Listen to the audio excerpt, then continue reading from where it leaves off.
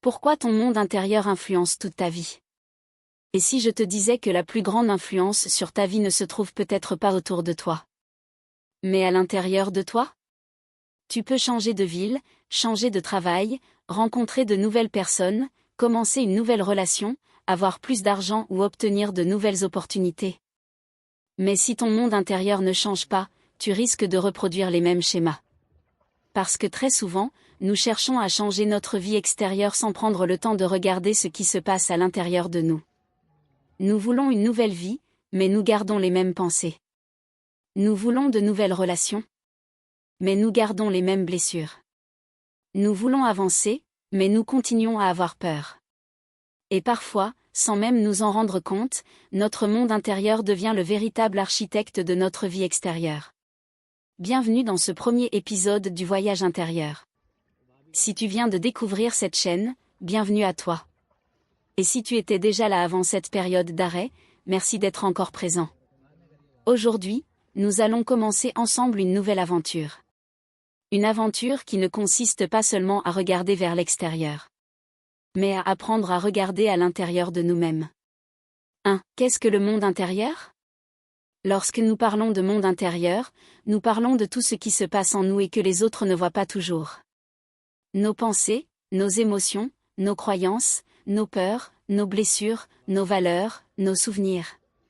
Notre perception de nous-mêmes, et même notre manière d'interpréter ce qui nous arrive. Deux personnes peuvent vivre exactement la même situation et avoir des réactions complètement différentes. Pourquoi? Parce qu'elles ne regardent pas la situation avec le même monde intérieur. Une personne peut voir une difficulté et penser « Je n'y arriverai jamais ». Une autre peut regarder la même difficulté et dire « C'est difficile, mais je vais apprendre et trouver une solution ». La situation est la même. Mais leur monde intérieur est différent. Et cette différence peut influencer leurs décisions, leur comportement et finalement leur évolution. 2. Ce que tu portes à l'intérieur influence tes choix. Imagine une personne qui a profondément peur d'être rejetée. Elle rencontre quelqu'un. Elle aimerait fonder une relation mais elle commence à se poser 1000 questions. Et si cette personne ne m'aimait pas? Et si elle m'abandonnait? Et si elle me trahissait? Alors elle devient méfiante. Elle se ferme. Elle s'éloigne. Et finalement, elle peut détruire une relation qu'elle désirait pourtant profondément. Elle pourrait ensuite dire « Je n'ai jamais de chance dans mes relations ». Mais peut-être que le véritable problème n'était pas uniquement à l'extérieur. Il y avait quelque chose à l'intérieur qui influençait sa manière d'agir. C'est pourquoi il est important de comprendre quelque chose, nous ne réagissons pas seulement à ce qui nous arrive. Nous réagissons aussi à ce que nous croyons à propos de ce qui nous arrive. 3. Tes croyances peuvent devenir des limites. Il existe des personnes qui ont tellement entendu. Tu n'es pas capable. Tu n'es pas assez intelligent. Tu n'arriveras jamais à rien. Tu es différent des autres. Qu'elles ont fini par croire ces paroles. Et un jour, elles n'ont plus besoin que quelqu'un leur dise qu'elles sont incapables. Elles se le disent elles-mêmes. C'est là que le problème devient profond. Parce que la voix extérieure est devenue une voix intérieure. Et cette voix peut commencer à contrôler les décisions. Tu veux entreprendre? Tu as peur. Tu veux recommencer? Tu doutes. Tu veux saisir une opportunité? Tu te dis que tu n'es pas assez bon. Tu veux évoluer? Tu te demandes si tu en es capable. Et finalement, tu abandonnes avant même d'avoir essayé. C'est pourquoi certaines chaînes ne sont pas visibles. Elles sont mentales et émotionnelles. 4. La Bible nous parle de transformation intérieure. La Bible dit dans Romains 12h2, « Ne vous conformez pas au siècle présent, mais soyez transformés par le renouvellement de l'intelligence. » Remarquons quelque chose. La transformation commence par le renouvellement de l'intelligence. Autrement dit, Dieu ne veut pas seulement changer ce qui est visible dans notre vie. Il veut aussi travailler sur ce qui se passe à l'intérieur de nous. Parce qu'une nouvelle destination avec une ancienne mentalité peut devenir un problème. Tu peux entrer dans une nouvelle saison. Mais si tu conserves les mêmes peurs, les mêmes croyances et les mêmes comportements destructeurs, tu risques de reproduire les mêmes résultats. Voilà pourquoi Dieu travaille souvent d'abord sur l'intérieur. avant de changer une situation. Il peut vouloir changer notre manière de la regarder. Avant de nous donner une nouvelle responsabilité. Il peut vouloir développer notre caractère. Avant de nous conduire vers une nouvelle saison. Il peut vouloir nous préparer intérieurement. 5. Ton monde intérieur peut être ton moteur ou ton frein. Imagine une voiture avec un moteur puissant mais avec le frein constamment activé. Elle peut avoir suffisamment de carburant. Elle peut être neuve. Elle peut être magnifique. Mais elle n'avancera pas correctement. Il peut en être de même pour nous. Nous avons des talents. Des capacités. Des idées. Des opportunités.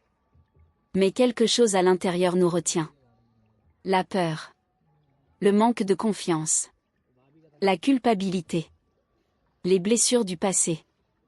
La comparaison. Le besoin de validation. La colère. Le refus de pardonner. Et parfois, nous demandons à Dieu, « Seigneur, pourquoi ma vie n'avance-t-elle pas ?» Alors que Dieu nous invite peut-être à regarder quelque chose à l'intérieur. Pas pour nous condamner. Mais pour nous transformer. 6. Commence à observer ton monde intérieur. Aujourd'hui, je veux te proposer un exercice très simple. Pendant cette journée, observe tes pensées. Lorsque quelque chose ne se passe pas comme prévu, demande-toi. Qu'est-ce que je me dis intérieurement? Lorsque quelqu'un te critique, pourquoi est-ce que cette parole me touche autant? Lorsque tu échoues, est-ce que je considère cet échec comme une leçon ou comme une preuve que je suis incapable? Lorsque quelqu'un réussit, est-ce que je me réjouis pour lui ou est-ce que je commence à me comparer? Ces petites observations peuvent révéler énormément de choses. Parce que parfois, nous connaissons très bien notre apparence extérieure. Mais nous connaissons très peu la personne qui vit à l'intérieur de nous. 7. Dieu veut aussi travailler dans ton intérieur. Peut-être que tu as passé beaucoup de temps à demander à Dieu. Change ma situation. Donne-moi une opportunité. Ouvre cette porte. Change cette personne. Mais aujourd'hui, peut-être que ta prière peut devenir. Seigneur, commence aussi par me changer. Change ma manière de penser. Guéris ce qui doit être guéri. Libère-moi de ce qui m'empêche d'avancer. Apprends-moi à me voir comme toi tu me vois. Donne-moi la sagesse de comprendre mes réactions. Transforme mon caractère. Et donne-moi la force de devenir la personne que tu m'appelles à être. Parce que la véritable évolution n'est pas seulement d'avoir plus. C'est aussi devenir plus. Plus mature. Plus conscient. Plus équilibré. Plus enraciné dans la foi. Plus capable d'aimer. Plus capable de pardonner. Plus capable de discerner. Conclusion. Le voyage commence. Alors, si tu ne dois retenir qu'une seule chose de cette première vidéo, retiens ceci. Ta vie extérieure est souvent influencée par ton monde intérieur. Tes pensées influencent tes décisions. Tes décisions influencent tes habitudes. Tes habitudes influencent ton comportement. Et ton comportement contribue à construire ta vie. C'est pourquoi notre voyage commence ici. Pas avec l'argent. Pas avec le succès. Pas avec les autres. Mais avec toi. Aujourd'hui, ne cherche pas seulement à changer ce qui t'entoure.